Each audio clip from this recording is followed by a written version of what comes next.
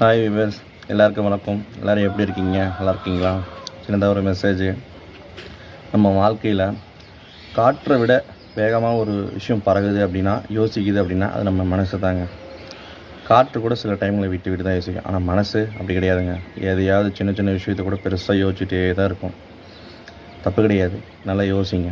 நான் ஒருத்தர்கிட்ட பேசும்போதும் ஒரு செயலை செய்யும் போதும் ஒரு பிஸ்னஸோ இல்லை ஒரு முக்கியமான முடிவு எடுக்கும்போது நல்லா யோசித்து நல்லா செய்யலாம். தப்பு கிடையாது. ஏன்னா ஒருத்தர்கிட்ட பேசும்போது ஒரு வார்த்தை உதிர்ந்துடக்கூடாது. உதிர்ந்து விட்ட வார்த்தைகள் திருப்பியும் பெற முடியாது. அதுதான் வள்ளுவரே சொல்லியிருக்காங்க, தீயினால் சுட்ட பொண்ணு உள்ளார் அப்படின்னு சொல்லியிருக்காங்க. தீயினால் சுட்ட பொண்ணு கூட சீக்கிரமாக ஆறிடுமா, நான் நாவினால் சுட்டவடு சீக்கிரமாக ஆறாதம்மா.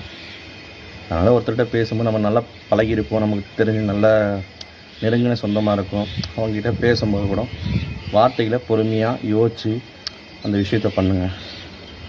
அப்போ தான் இதனுடைய பலன் கிடைக்கும் உங்களுக்கு. பின்னாடி யோசிச்சுட்டு பேசிட்டு வருத்தப்படுறதை விட முன்னாடியே நம்ம பொறுமையாக யோசித்து அந்த செயலை செஞ்சோம்னா நல்லதுங்க.